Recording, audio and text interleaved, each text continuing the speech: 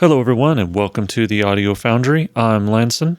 This video is phase 2 of my Lexus GS350 audio system build log. Phase 1 got the system up and running, and I would recommend watching it first before this one for context. Here in what I'm calling phase 2, I will go over how I finished the trunk, the speaker replacements for the front and why I did so, and the tuning of the system including my response plots. I started with a simple cardboard template cut out under the amp rack and aligned with the subwoofers. I then created a panel from the template and used a circle jig to make rings behind it. And I used a large roundover bit to make this shape into a smoother form. And then I carpeted this to match the rest of the trunk. It was around this time that the other subwoofer I was waiting on came in, so I removed the rear seat and installed it. And here's a shot of that trim panel now installed underneath the amp rack. Next, I'll go over the active cooling solution that I chose for my amp rack. So this is a blower fan from Amazon, and this is a simple speed control with a dial that connects to that. And the speed controller was connected with a relay and mounted in the upside down amp rack. And the blower fan was mounted close to the Goldhorn so it would blow over the fins. Next, I made supporting panels, one for the left and one for the right. These two hold the final cover in place. I then cut the cover's shape just to expose the amps and subs. And here's the panel rounded over and carpeted to match the rest of the trunk design. I'm pretty happy with this overall. It matches the edges of the trunk and the shape flows pretty nicely. Turning my attention to the amp rack cover, here's the board as I'm mounting it upside down.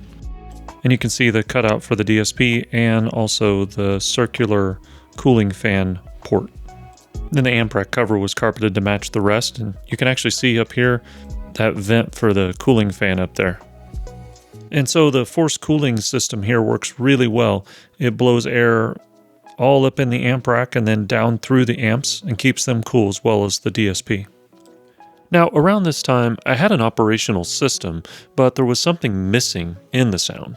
The front speakers I installed, the Savard Point-source coaxials, they seemed dark and missing something, and the audio measurement showed it too. I checked with Savard and found there's a capacitor underneath the tweeter, and that's affecting my crossover points and phase.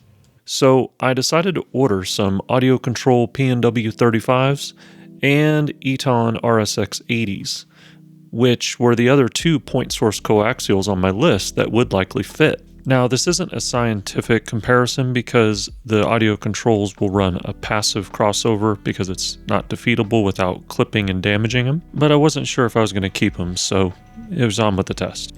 And as for the Eton, the rest of my system's Eton, so I ordered these and I fully expected these to win. So I naturally was biased, but like I said, it wasn't scientific. And so here's the audio control PW35 waterfall, very clean overall.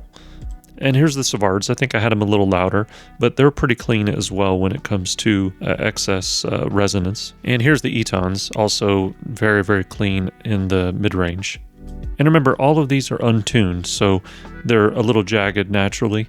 But what we're seeing here is the potential of the speaker and any kind of shortfalls it may have. All near field, by the way. So the Eton's impressed, and I went forward and installed all three right across the dash, the left, the center, and the right. And it's a straightforward swap for the Etons. They're pretty much similar to the Savards. And so to wrap this part of the build up, let's talk a little bit about how the tune is currently set up on this thing. Tuning begins with a house curve, so here's a few. The classic AudioFrog JBL Harman curve, Nix Resonix curve, the new one, and my curve, which is optimized for Skyatom and Infinite Baffle subwoofers. This is my left front and sub combined, right front and sub overlaid, and the center channel added in as well, and notice it's lower in SPL because it's a center channel. And here's that same plot with psychoacoustic smoothing applied.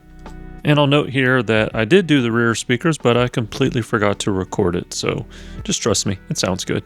And so that's going to wrap up phase 2 build log. I don't know how much more the Lexus will need. It sounds fantastic as is. Yeah, so if you like what you saw, feel free to like, comment, subscribe. I do plan on doing this a while, and thanks for joining me on the Audio Foundry. Take care.